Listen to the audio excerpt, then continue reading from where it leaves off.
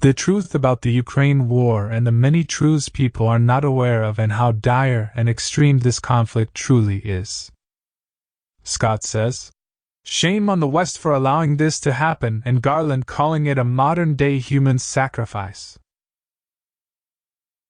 People need to understand right now that not only is there, I mean, there's a lot of fighting taking place on a very large, expansive battlefield. I don't think people truly understand the scope and scale of this conflict.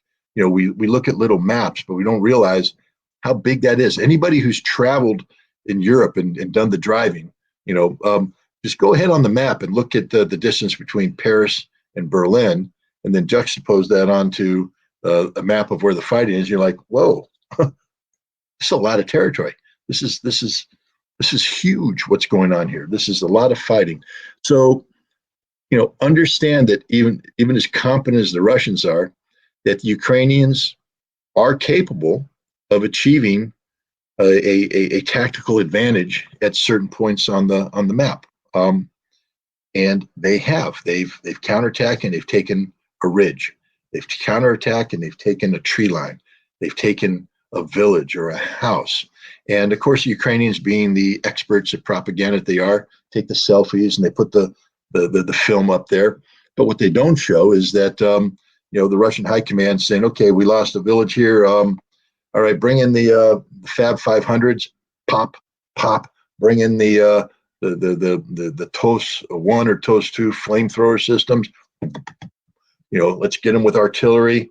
And suddenly the Ukrainians are all dead, wounded, retreating, and the Russians take back up. Because, see, the Russians have the ability to withdraw, collect their forces, counterattack. When the Ukrainians take a village, they've expended everything they have. There's nothing left. The people that are left are going, man, we dodged that bullet, we're digging in, boom, now we all die, we're retreating again. The Ukrainians have yet to be able to exploit any tactical success. And so while it plays well on Telegram in isolation, it's repeated over and over again in the Western media. I mean, the British press every day, if you read them, man, the Ukrainians should be in Moscow by now because they're one in every battle. It doesn't work that way. War is very complicated, dangerous business. Let's again reflect on Vladimir Putin when he talked about the conflict, the Ukrainian counteroffensive. He said that Russia was enjoying a 10-to-1 advantage, in terms of casualties. So that means that if you killed 13,000 Ukrainians, which at the time he spoke, that was the number, that means you lost 1,300 Russians. That's a big number, people. It's a huge number. Coming up with how you lose 1,300 men in combat is mind-boggling. There are battles that we fought in World War II where we didn't lose that many men. And yet these are battles that are considered to be massive battles, fighting, etc. 1,300 dead. That means that the Ukrainians are landing blows. That means there are occasions when Ukrainian tanks will roll up to a Russian trench line and kill, 20 guys in the trench line because the Russians are having a bad day. The Ukrainians got the tactical advantage. There'll be a time when a Storm Shadow missile will get through the air defense and hit a command post and take out a bunch of guys. They'll hit an ammunition dump. They'll do this. That's war. 1,300 Russians. It takes a lot to kill that many people.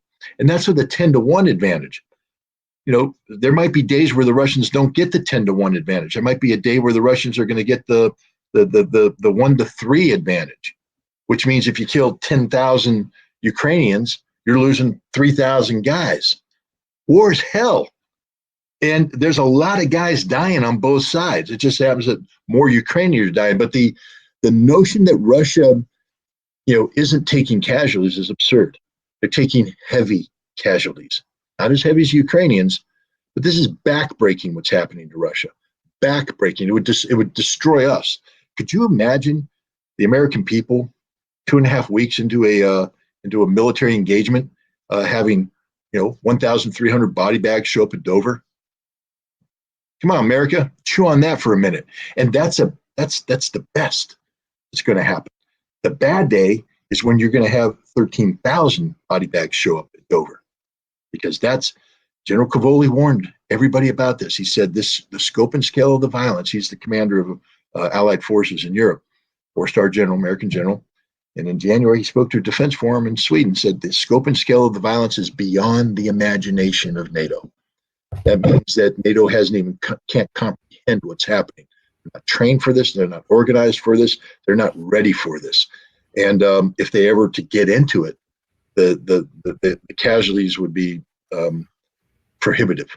No Western society today can sustain which is why we're doing what we're doing. I mean, people need to understand. I'm not a big conspiracy theorist, Garland. You know that. I try to be very well grounded, but George Soros, who's everybody's boogeyman, back in 1993 wrote an article where he talked about the future of NATO, and he said it's imperative that if NATO is going to confront Russia, that we don't get in a situation where NATO body bags come home, because that'll break the will of NATO to want to continue the fight.